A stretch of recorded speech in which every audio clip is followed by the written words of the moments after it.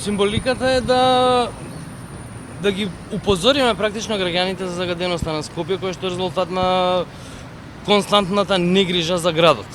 Од урбанизацијата до регулирање на сообраќај, индустријски капацитети, се друго, преаѓање на дрва, кое што е најмасовно во Скопје во последните неколку години заради екстремните цени на топлинската енергија, на парното, особено во индивидуалните куќи, кај што на луѓето им е лесно да имаат ќумбиња.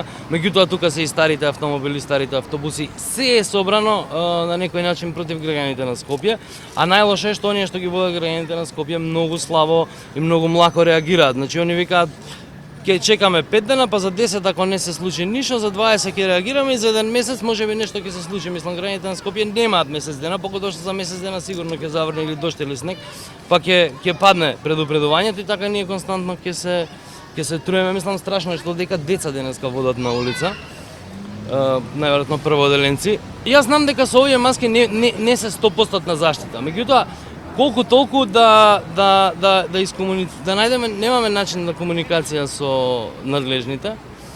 Министерството се прогласува за ненадлежно, градот вика ненадлежен, во Скопје ситуацијата ни е град, општини, министерство и онда имате тројца кои што сите си ги мијат рацете од проблемот, а проблемот им останува на 600-700 граѓани кои што се во Македонија. Оваа година конечно надлежните властите ќе се одлучат да превземат некаков чекор кој што на граѓаните ќе им донесе барем малку почист воздух и барем малку да оној јавен простор кој што го имаме да го користиме, и воздухот е јавен простор и грижа на сите нас е да се грижиме. Граѓаните би можеле да се воздржат малку од користење на автомобили, политичарите би можеле први да почнат да се возат со автобуси за да дадат личен пример.